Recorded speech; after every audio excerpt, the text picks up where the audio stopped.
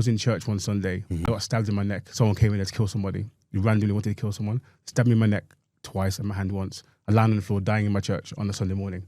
And I'm lying there and I'm thinking... Bro, you're a living miracle. That's the doctor said, same thing. I'm a walking miracle. So I'm lying on the floor in my church and the people are trying to save my life. And I'm thinking, well, I'm grateful because I'm definitely going to heaven because I died in church, you know, silly things. But that's what I'm thinking also. The person that stabbed you was a random person? Yeah, they came to kill somebody else. No, I've never met him You just before. in the way? I stopped him from stabbing the person he came to get. And you took the blunt. Yeah. Wow. So as it happened, I'm lying on the floor and I'm literally feeling myself fading away.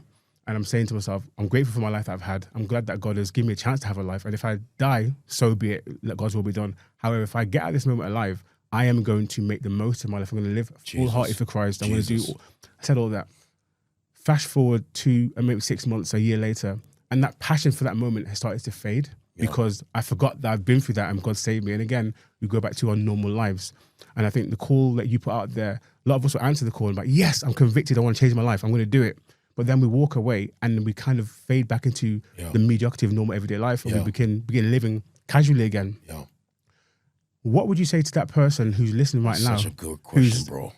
What would you say to that person who's had that call, that conviction, and felt it on a Sunday morning in church and said, yes, I'm going to change my life, and then they go home and everything's the same at home, so they become back to normal? What would you say to that person? That is so good, man. This is our last question. Yeah. Man, that is so powerful, man. First, I had more, but we got time. First, thank God you're alive. Yeah, thank you. You got two powerful stories. Yeah. I'm taking both of them. Feel free. Feel free. I would say to that person, go read Psalm 143. One of my favorite Psalms. I would say to that person, everybody drifts. It is normal human nature to drift because we all are prone to wander, including me. But one of the beautiful things about the writer of Psalm 143, he testifies of when he was on fire. He testifies of his drift. He testifies of his desire to return. And in the end, there is a doxology unto God of I'm coming back. I'm giving you the short version of it. And so I would say to the person, I would say to them, one, don't condemn yourself because everybody's prone to wonder. Then I would say to that person, in prayer, remind yourself of when you was the most on fire and what God has done. And ask God to restore that fire and to kindle that fire in you again. And because he's loving and caring, he will do it. And when you feel that fire return, walk in the newness of that fire. And every time you drift, bring yourself right back to that flame and set your fire again.